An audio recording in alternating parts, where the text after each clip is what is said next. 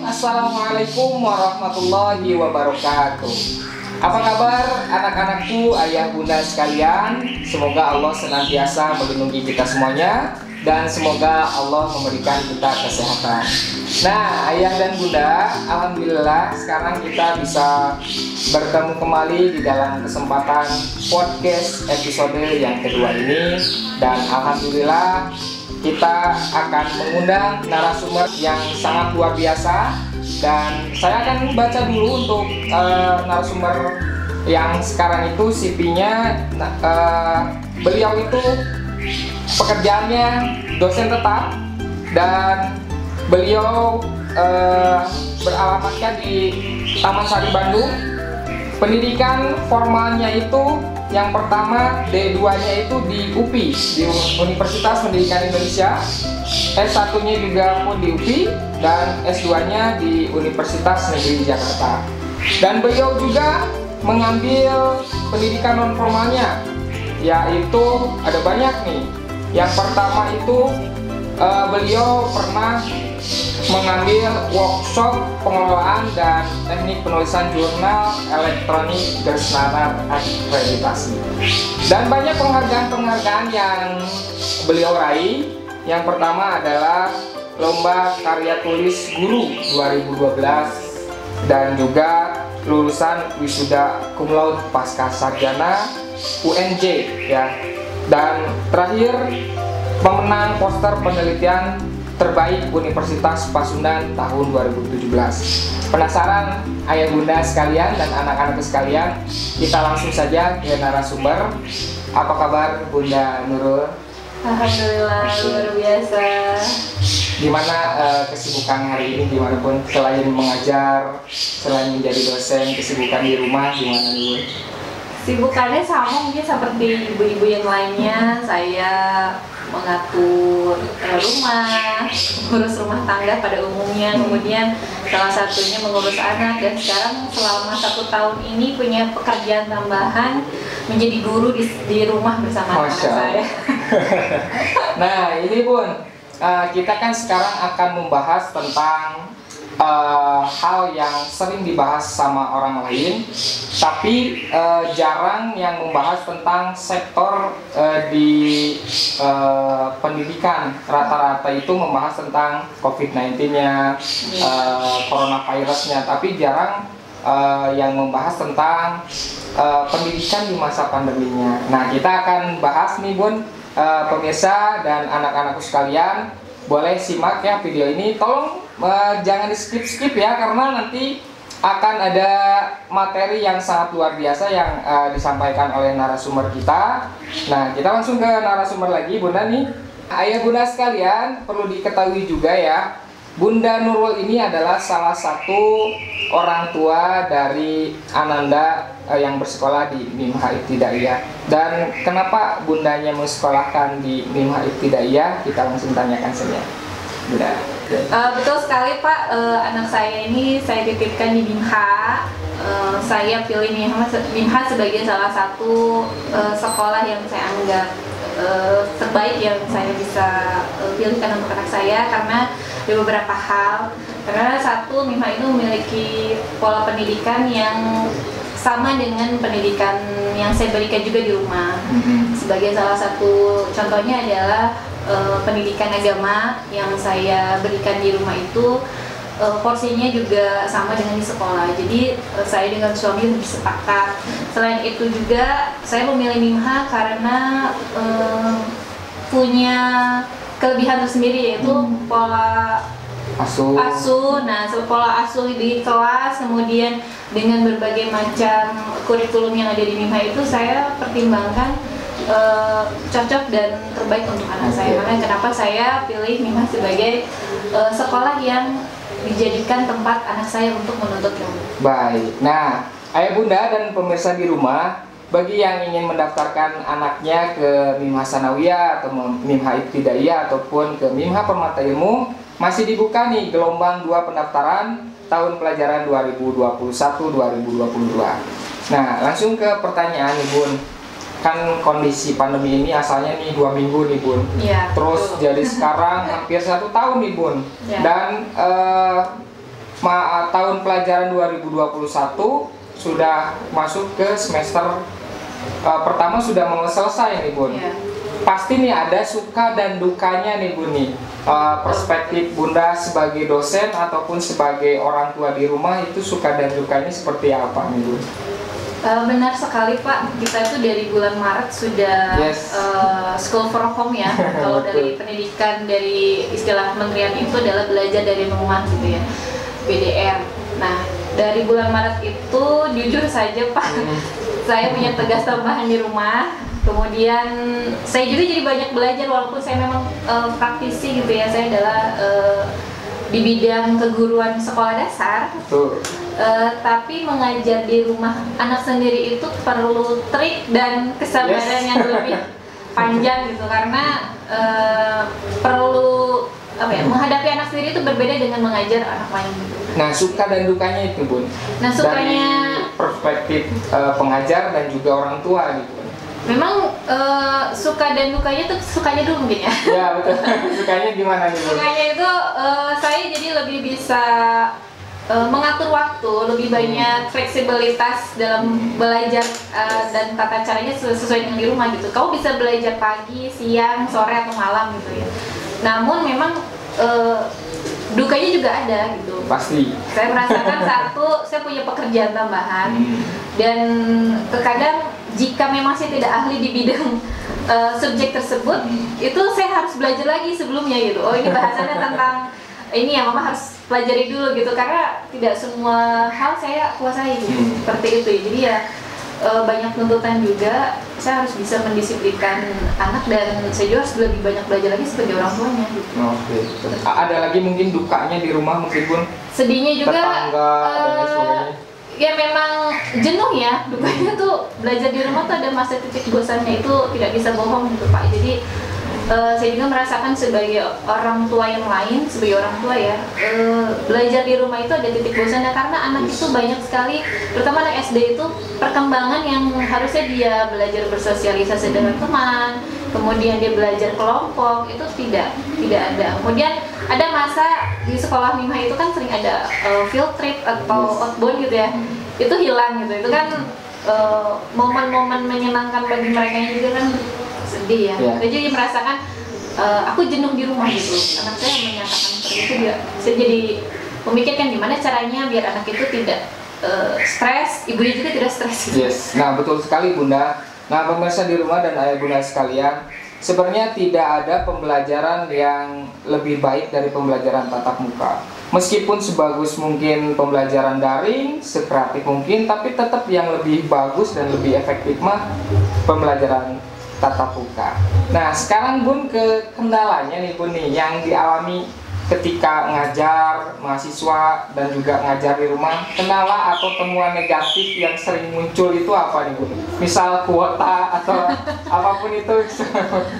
Kalau kuota itu sebenarnya kan ada kuota dari pemerintah ya, itu tidak jadi kendala sebenarnya. Cuma lebih trigger untuk tetap semangat belajar sih Pak, motivasi. Mahasiswa sama ya, mahasiswa atau anak saya sendiri tuh ada masanya mereka tuh up and down-nya tuh seperti ombak di laut ya. Kadang dia termotivasi, apalagi misalnya interaksi dengan gurunya itu tidak setiap saat. Itu menjadi PR saya agar motivasi anak belajar itu tetap bagus walaupun dia tidak setiap hari bertemu dengan gurunya. Kemudian dia juga tidak bertemu teman-temannya, itu yang dirasakan seperti itu sih Pak. Yang perlu jadi tantangan kita itu adalah gimana caranya anak itu merasa butuh belajar dan anak itu merasa senang belajar. Stop dulu Bunda. Nah, pengen tahu ayah bunda tips dan triknya menurut perspektif dari bundanya Nurul, karena belum terjawab nih core untuk pertemuan hari ini, yaitu Bunda nih bagaimana untuk mengoptimalkan nih Bunda pembelajaran jarak jauh di rumah dan mungkin di kampus Bunda untuk mengoptimalkan proses belajar mengajar ini. Caranya bagaimana biar anak itu agar anak itu tetap mau belajar ya, semangat belajar itu memang kita harus bisa sebagai orang tua, satu, belajar mendengar anak gitu ya, satu, karena apa, kita harus memahami anak itu belajarnya seperti apa, karena kita orang tua bukan seperti guru di kelas atau guru BK mereka. Jadi sebelum kita menuntut anak itu A B C D E gitu ya, belajar listen to your children gitu, jadi belajar memahami anak itu dulu gitu. Seperti itu, satu. Kemudian kedua, kalau yang saya lakukan di rumah adalah berikan pemahaman bahwa kita itu sedang belajar, kita tuh bukan sedang liburan. Itu yang konsep kita harus ingatkan. Liburannya justru yang kuat ya di rumah. Ya, jadi belajar di rumah dengan belajar sekolah sebenarnya esensinya kamu tetap sama, cuma belajarnya itu di rumah gitu. Dan yang mengajarnya saya sebagai orang tuanya, sebagai guru, kamu juga di rumah gitu. Itu yang memang sering diajak dan diingatkan Bu. Jadi bapak dan ibu mungkin di rumah harus selalu jangan jadi bosan, karena jadi guru itu ya seperti emak-emak cerewet ya. Harus selalu mengingatkan, kamu tidak liburan ya, kamu sekarang ini sedang belajar tapi di rumah itu mungkin kedua. Nah Bun, saya juga kan sedikit tahu tentang anak Bunda nih, Ananda Firjani. Nah pemirsa di rumah, Ananda Firjani itu salah satu anak yang berprestasi nih. Tidak ada temuan negatif dari gurunya, terus bahkan pernah meraih Library Award dari perpustakaan MIMHA ya. Nah, Firjani suka membaca nih Bun. Bagaimana Bun caranya untuk meningkatkan literasi anak nih? Terima kasih sebelumnya ya Pak. Memang membaca itu menjadi budaya kami di rumah. Saya dan suami itu punya hobi sama membaca. Memang sangat PR Pak mengajarkan anak tuh suka membaca, terutama saya punya anak kedua laki-laki dan tapi alhamdulillah sekarang dia senang membaca buku. Minimal sebelum tidur dia minta membaca buku. Kami sebagai orang tuanya sama suami itu punya sepakat gitu ya. Jadi anak itu ya diberikan teladan dulu gitu. Jadi saya suka membaca, suami saya suka membaca. Kemudian jika Firza itu ditanamkan di Bela Reward itu adalah biasanya kalau misalnya nilai dia bagus, kami berikan buku gitu. Kamu boleh beli buku yang kamu suka gitu. Jadi ya dibudayakan gitu. Jadi membaca itu bukan disuruh, tapi memang dibudayakan juga di rumah. Jadi ya termasuk pola asuh ya. Jadi apapun yang diberikan kepada anak memang antara ibu dan ayahnya itu harus sama polanya gitu. Jadi ya kalau ibunya bilang suaminya harus sepakat juga bilang jangan membela kesalahan anak atau apa gitu. Termasuk dalam hal membaca, ketika saya memberikan pembiasaan itu membaca, jangan juga misalnya suaminya malah ngajak main game gitu ya. Jadi harus sinkron gitu ya. Nah itu seperti itu Pak. Nah sinkron yang Bunda maksud itu seperti apa? Nanti mungkin kita tanyakan daily activity atau kegiatan sehari-hari untuk pola asuh di rumahnya seperti apa sih, dari bangun tidur sampai tidur lagi. Mungkin Bunda bisa share supaya ya itu tadi anaknya itu bisa berprestasi di sekolah, nilainya maksimal dan ya anaknya tidak termasuk ke apa ya dinilai oleh guru lain itu di bawah rata-rata. Nah seperti apa nih Bun daily activity atau pola asuh yang sering dilakukan di rumah dari mulai bangun tidur sampai tidur lagi? Kalau misalnya daily activity, memang Firza itu diberikan jadwal harian tapi dengan kesepakatan Pak. Tertulis tidak Bu? Saya minta tertulis dan dia tertulis juga. Dia minta tertulis. Jadi kita kesepakatannya gini, dia diberikan jam 1 ada jam wajib, dia harus mengerjakan kewajiban pelajaran di sekolah. Misalnya memang pagi-pagi ada Google Meet gitu ya dengan gurunya, kemudian sama seperti jam sekolah gitu, bangun pagi, sarapan, kemudian belajar, kemudian nanti ada free time setelah makan siang. Nanti kamu boleh ada waktu bebas, kamu boleh mengerjakan apapun gitu ya. Setelah melakukan ibadah sholat duhur, kamu boleh ada free time. Nanti ada nyambung lagi, dia diberikan satu kewajiban kalau saya, karena Firza itu sudah kelas 5 SD, dia punya kewajiban di rumah membantu pekerjaan rumah. Biasanya dia memilih apakah dia harus ngepel, nyapu, atau nyuci piring, atau membaju nyuci baju. Dia harus milih, dia harus membantu pekerjaan rumah karena dia harus sudah mulai diberi tanggung jawab, ada pekerjaan yang harus dilakukan di rumah. Kemudian nanti malam dia ada belajar di luar dari jam atau tugas sekolah. Jadi saya beri pelajaran mana yang menurut saya dia kurang, saya beri tambahan karena saya juga memberikan seperti buku tambahan di luar sekolah, seperti buku yang mungkin buku olimpiade atau buku latihan IPA atau matematika khusus, karena dia memang tidak les dengan guru luar. Jadi saya minta 1 jam saja setelah sholat maghrib, setelah dia sholat maghrib kemudian ngaji gitu ya, kemudian saya beri waktu 1 jam untuk belajar. Dia boleh pilih jamnya jam berapa, bebas sebelum pukul 9 gitu. Karena itu sebagai tambahan dia. Jika memang dia kurang, misalnya bahasan matematik dia kurang, ya itu yang dibahas dulu. Nanti baru tapi itu di luar dari tugas sekolah. Oke, baik Bun. Nah, terkait daring nih Bun, karena segala sesuatu pelaksanaan PJJ itu pasti menggunakan piranti gadget. Iya. Bunda mungkin punya atau saran atau Bunda sendiri pola asuh di rumah terkait gadget, khawatir jadi overload gadget, jadi addict gadget, bagaimana cara mengantisipasi anak jadi malah ketergantungan gadget karena daring ini Bun? Jujur saja di rumah saya tidak ada wifi. Pasti yang pernah ke rumah saya tahu bahwa saya tidak memasang wifi di rumah. Itu kesepakatan saya sama suami karena saya merasa saya masih belum siap untuk adanya jaringan internet bebas kemanapun tanpa orang tuanya. Kenapa itu Bun kira-kira? Karena saya rasa banyak sekali penelitian yang diberikan bahwa saya takut karena saya keranjingan game, terutama game online. Jadi saya tidak memberikan piranti gadget ke anak saya. Jadi memang gadget itu ada di rumah masing-masing satu, tapi itu tuh tanpa kartu, tanpa kuota. Gitu. Jadi karena saya bekerja, suami saya jarang di rumah. Jadi kadang saya harus meninggalkan rumah.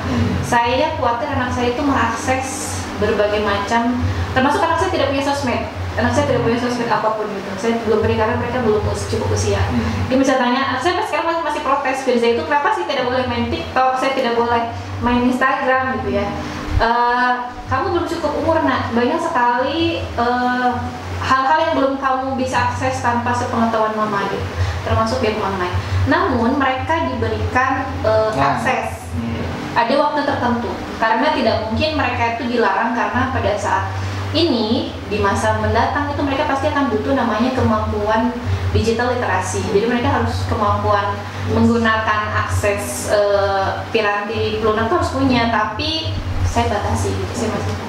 Baik, jadi pola asuh itu yang saya tangkap dari pola asuh Bunda di rumah itu lebih ke demokratis ya. Jadi tidak melarang full, tapi juga ada kebijakan-kebijakan yang dia juga harus punya akses itu. Cuman ya itu tadi tidak terlalu otoriter ataupun tidak terlalu permisif ya itu.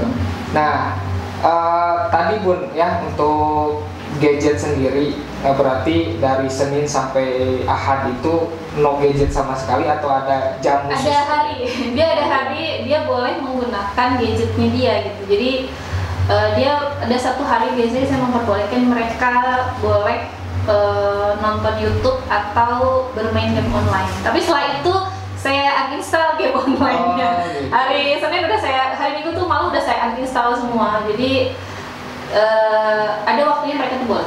Jadi tidak saya larang sekali, ada waktu mereka. Agak sedikit berat mungkin Bun ya untuk melarang anak memiliki gadget yang harus out of the box dari revolusi industri sekarang. Semuanya perlu gadget semuanya. Nah mungkin Bunda bisa disimulasikan Bun, misalnya anak kekeh pengen gadget. Nah dari percakapan yang disampaikan ke anaknya itu seperti apa Bun? Ini terjadi ya, benar memang terjadi. Awal-awal dari itu Pak Firza itu dia protes. Dia bilang begini, Mama sebelum adanya PJJ itu teteh itu tidak masalah teman punya handphone. Yes. Tapi setelah PJJ ini kok teteh jadi pengen punya handphone kan ya. Terus dia terus merajuk Baina setiap hari, sehari berapa kali gitu dia meminta handphone ke ibunya. Terus saya bilang, Mama bukannya tidak mampu, nah mungkin bisa diusahakan beli handphone untuk kamu. Tapi Mama sama Papa tuh punya sepakatan bahwa kamu tuh belum cukup umur untuk punya handphone dan mengaksesnya tanpa batas. Itu langsung verbal gitu bilangnya? Iya, gitu. saya jelaskan. Atau ada aturan tertulis di kamar gitu? Tidak sih Pak, cuma memang kita sering ingatkan karena pengaruh handphone itu bukan masalah apa-apanya gitu, tapi banyak hal yang mama belum, menurut saya kamu tuh belum siap untuk memiliki handphone gitu. Yes. Nah, kemudian memang itu proses diskusinya itu tidak sekali Pak. Kita banyak diskusi lagi, dia tidak langsung terima. Diulang-ulang. Tapi memang satu sisi saya memahami bahwa dia itu ada perasaan dia bahwa dia ingin berinteraksi dengan temannya. Karena bertemu dengan teman di sekolah tidak bisa, mungkin via WhatsApp itu mereka bisa. Dan akhirnya saya memang ada handphone yang memang tidak terpakai gitu saya gunakan, tapi saya batasi hanya untuk WhatsApp saja gitu, WhatsApp. Dan itu pun saya batasi juga, saya suka scroll dia ngobrol apa saja gitu, karena ibu-ibu mohon ya nanti perhatikan anak itu WhatsApp apa saja di grup, karena dia baru belajar, dia baru mengerti ternyata gini loh Pak, dia baru paham ternyata apa yang dia post di status itu ternyata mempengaruhi orang lain, dia baru paham. Dan kita harus ajarkan, nah kalau kamu buat status seperti itu orang lain akan beranggap seperti itu. Oh gitu ya Pak, hapus statusnya. Itu memang harus dididik sih Bapak Ibu ya, karena anak itu tidak mengerti apapun yang dia post di sosial media apapun bentuknya, itu akan berpengaruh terhadap orang lain. Apakah orang lain menganggap kita jadi khawatir, jadi kesel, jadi emosi, jadi suka atau tidak suka, itu orang lain akan ada dampaknya. Nah anak itu belum paham, makanya kita harus berikan pemahaman kepada mereka bahwa apapun yang kamu posting di sosial media itu akan dipertanggungjawabkan gitu. Entah apapun di dunia atau di akhirat itu punya pengaruh, dan anak itu harus dididik seperti itu. Jadi Firza juga jangan ngepost kalau tidak menggunakan kerudung misalnya, atau misalnya kamu ngepost gambar yang tidak stiker saja. Stiker itu hati-hati kalau kamu bacanya di grup salah, dia juga pengalaman. Mah kok di grup jadi ramai ya, grup anak-anak gitu kan, ada grup anak-anak gitu. Kok jadi berantem antara ini sama ini? Tuh karena bahwa sosial media itu kalau kamu WA-nya bahasanya gini, orang lain nerimanya beda. Jadi kamu harus paham semua hal yang ada di WhatsApp itu atau di Instagram atau di Facebook atau dimanapun itu belum tentu benar kenyataannya sama. Atau misalnya orang tuh beranggapan seperti yang kamu anggap itu nggak sama dengan orang yang posting. Jadi kamu harus belajar ya seperti itu Pak. Nah, ya betul sekali ayah bunda sekalian, karena yang dikhawatirkan dari gadget itu efek negatifnya dua sebenarnya. Kalau nggak edik game, pornografi yang harus dikhawatirkan. Nah perlu diketahui anak dari Bunda Nurul ini adalah usia kelas 5 SD ya ayah bunda. Nah sekarang kita sudut pandang pola asuh ayahnya nih bun. Oh iya. Untuk bisa anaknya berprestasi kan harus satu frekuensi antara ayah sama bunda. Yeah. Nah pola asuhnya seperti apa nih bun supaya bisa kombinasi gitu antara pola asuh yang sama ayah dan bundanya cocok untuk mendidik anak. Memang salah satu keberhasilan dalam mendidik anak itu memang ayah itu harus benar-benar terjun langsung dalam mendidik anak. Itu yang saya rasakan. Alhamdulillah suami saya itu sangat support dalam mendidik anak. Semua rapot Firza itu dibaca Pak. Kata dibaca Pak benar, dan dia akan tanya dan dia akan melihat hasil pekerjaan dia. Seperti hasil ulangan, kenapa kamu kok tulisannya kurang rapi yang ini? Itu dia sampai milik banget. Dan apa tugas Firza itu suami saya sangat dia cross check. Jadi tidak ngantuk kalau bahasa Sunda ya. Jadi suami saya tuh dia sangat konsentrasi. Kalau misalnya kebiasaan anak di rumah dia juga sepakat sama saya. Jadi misalnya saya buat aturan sama Firza, suami saya juga dia ikut. Dia bukan tipe orang tua yang membela anak sekali gitu. Jadi pada saat anaknya salah dia objektif, ya kamu salah. Dan menurut saya seorang ayah itu memang bagusnya juga banyak interaksi, komunikasi. Dan Firza itu sering curhat sama bapaknya. Dan bapaknya itu adalah salah satu orang yang dianggap nyaman untuk diajak bicara apapun. Jadi semua hal yang terjadi di sekolah dengan temannya pasti cerita ke ayahnya juga. Jadi emang salah satu keberhasilan pola asuh di rumah adalah ayahnya memang harus terlibat juga. Jadi tidak ada istilah ini urusan ibu gitu, urusan mama. Tidak, saya dan suami itu selalu berdua dalam mendidik anak. Memang sih belum sempurna karena anak kita tiga, tidak hanya satu ya. Termasuk anak kedua juga masih ada pola yang belum sempurna sekali. Makanya alhamdulillah di Permata Ilmu saya dapat guru-guru yang luar biasa sabar.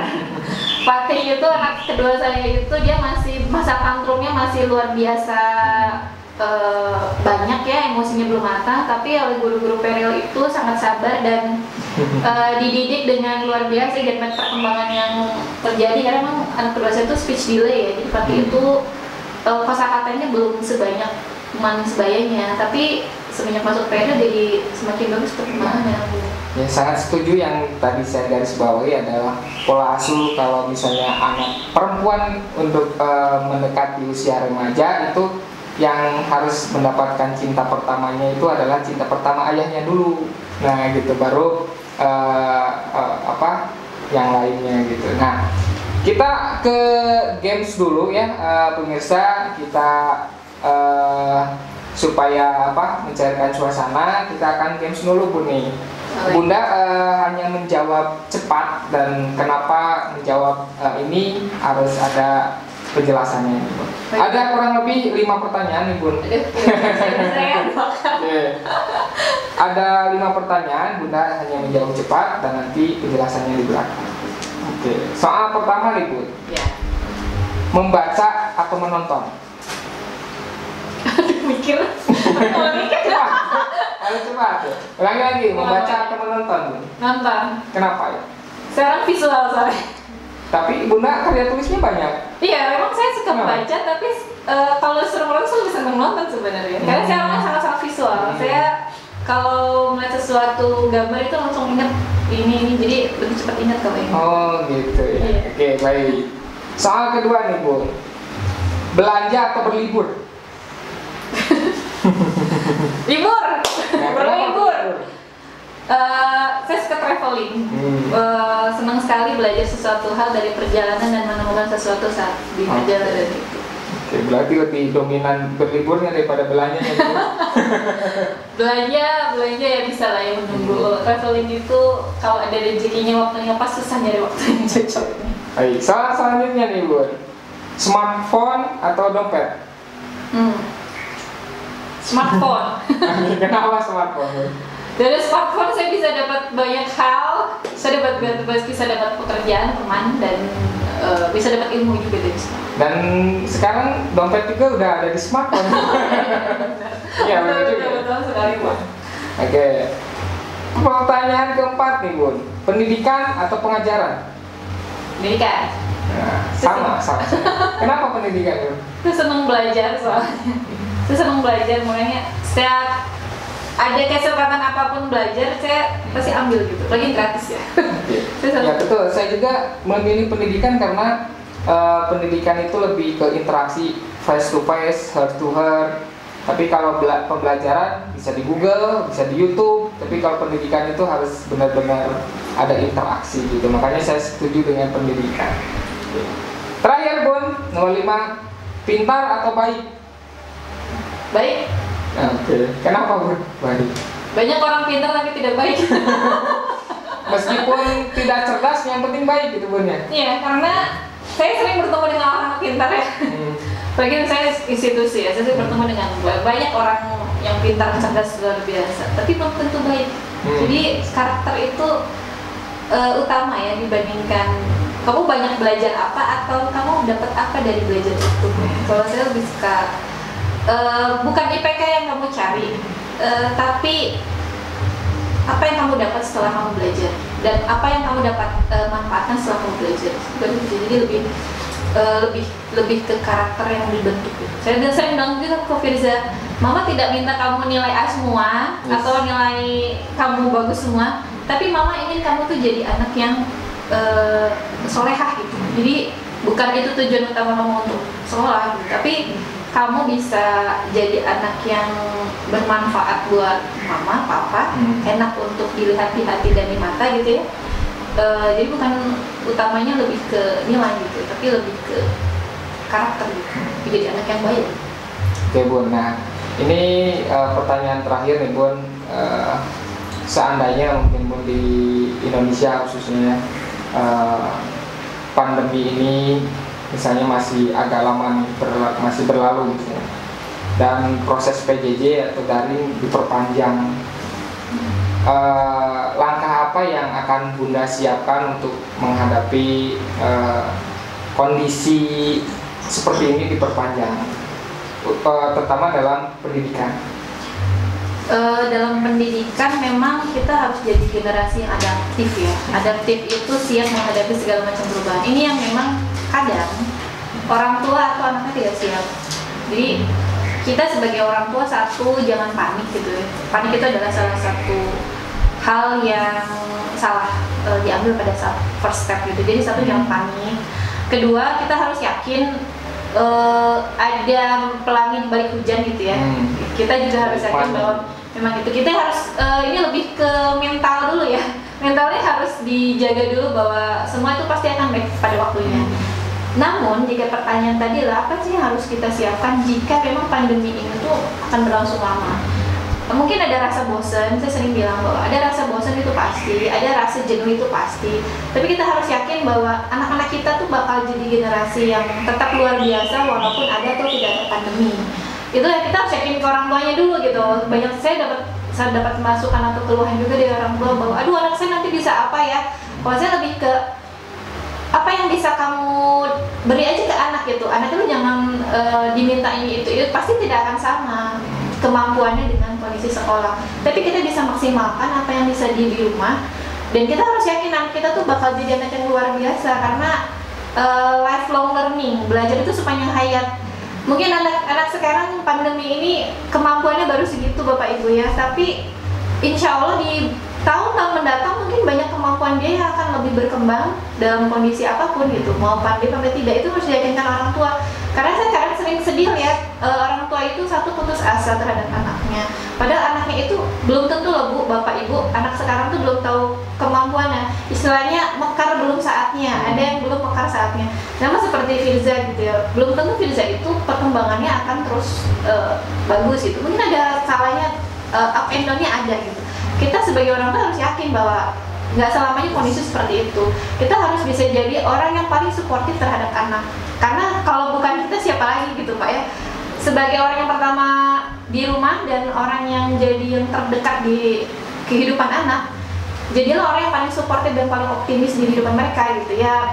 Berilah pemahaman-pemahaman bahwa nah ini kondisinya tidak akan selamanya seperti ini, kita harus sabar. Allah itu ngasih musibah itu pasti ada hikmahnya, tidak akan selamanya seperti itu insya Allah. Mudah-mudahan ya Pak, kita berdoa bersama, karena ada masanya juga orang tua juga, aduh saya anak saya kok gini-gini aja, malah lupa semua pelajarannya. Cuma saya lebih ke udah cooling down aja dulu. Kita harus yakin anak-anak kita tuh bakalan bisa. Sekarang mungkin belum, mudah-mudahan sih nanti kedepannya itu bakal ada pelangi sesudah hujan gitu. Kalau saya seperti itu. Ya betul. Nah, kalau saya analogikan ya Bunda, lebih ke mendidik anak itu tidak seperti kita membuat mie instan yang bisa langsung di situ, begitu juga. Dan bisa dianalogikan seperti kita membuat bolu ya, harus diadonan dulu, harus diberi A, diberi B dan lain sebagainya. Nah, terima kasih Bunda sekali lagi atas kehadirannya. Mungkin terakhir nih closing statement dari Bunda untuk pendidikan anak-anak di masa pandemi ini, dan mungkin bisa memberikan motivasi ke anak-anak atau ke orang tua yang lain sebagai closing statement di pertemuan podcast hari ini. Baik, terima kasih sebelumnya atas kesempatannya. Saya juga sebagai orang tua yang masih banyak belajar gitu, saya juga tidak sempurna, namun saya yakin Bapak Ibu yang di rumah gitu kan, anak-anak semuanya itu memiliki potensi yang luar biasa.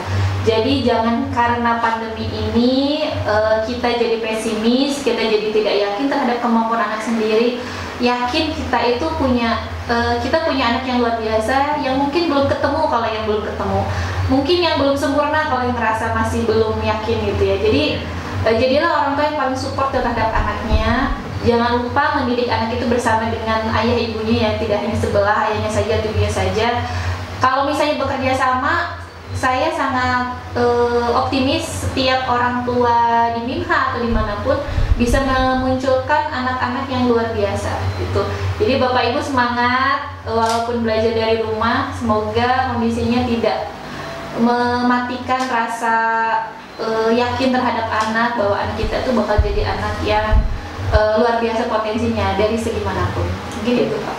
Baik, sangat luar biasa sekali pertemuan hari ini. Mudah-mudahan kita semuanya bisa mengambil hikmah di pertemuan kita hari ini. Dan sekali lagi Bunda, terima kasih atas kehadirannya. Salam buat anak-anak yang lain. Mudah-mudahan Ananda bisa semakin berprestasi lagi, semakin pintar lagi, semakin cerdas lagi, semakin sukses. Amin. Nah, itu mungkin ayah bunda dan anak-anak sekalian, pemirsa di rumah. Alhamdulillah pertemuan podcast episode kedua telah selesai. Mudah-mudahan bisa bermanfaat untuk ayah bunda dan anak-anakku sekalian di rumah. Saya akhiri pertemuan hari ini dengan ucapan hamdalah bersama-sama. Alhamdulillahirabbil alamin. Aku lupa lihada wa astagfirullah li wa lakum. Wassalamualaikum warahmatullahi wabarakatuh.